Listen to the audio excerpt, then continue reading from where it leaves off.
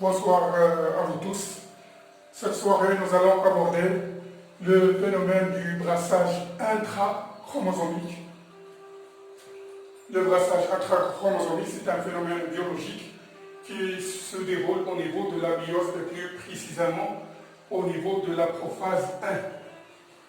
Pour repérer ce phénomène, on va partir d'une cellule A2N est égal à 2, c'est-à-dire le noyau de cette cellule comprend une paire de chromosomes homologues. J'ai représenté ici le premier chromosome en rouge qui porte les allèles grand A, grand B, et le chromosome homologue en vert, l'autre deuxième chromosome homologue en vert qui comprend les allèles petit a et petit b.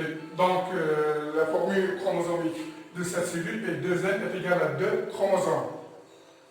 On sait que pendant la prophase 1 de la méiose, il y a rassemblement des chromosomes au niveau du centre de la cellule, ou bien il y a appariement des chromosomes homologues.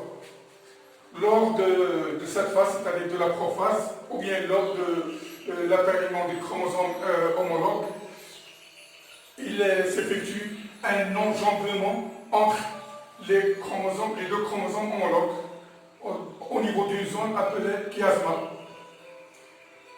Donc on voit ici une partie du chromatide se trouve en vert, se trouve au-dessus de l'autre partie du chromosome en rouge. Donc il y a enjambement au niveau du chiasma entre cette paire de chromosomes homologues. Lors de l'anaphase 1, on sait bien que lors de l'anaphase 1, il y a séparation des chromosomes homologues sans cassure des centromères.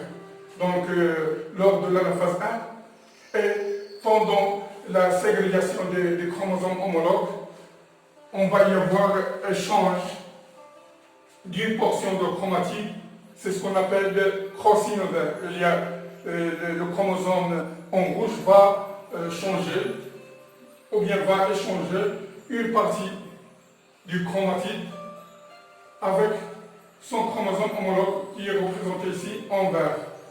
Donc, dans ce cas, on parle de crossing over ou bien de brassage intrachromosomique. À la fin de la méiose, c'est-à-dire pendant la télophase 2, et après séparation du chromosome lors de l'anaphase 2 et cassure des centromères lors de l'anaphase 2, on obtient 4 cellules appelées la première cellule, c'est-à-dire le premier gamète comprend la chromatide, grand A, qui porte les deux allèles grand A, grand B. Le deuxième gamète comprend la chromatide avec les deux allèles petit a, petit b. Le troisième chromosome, troisième gamète, comprend une partie du chromosome représenté ici en rouge, une partie du chromatide qui porte l'allèle grand A et l'autre partie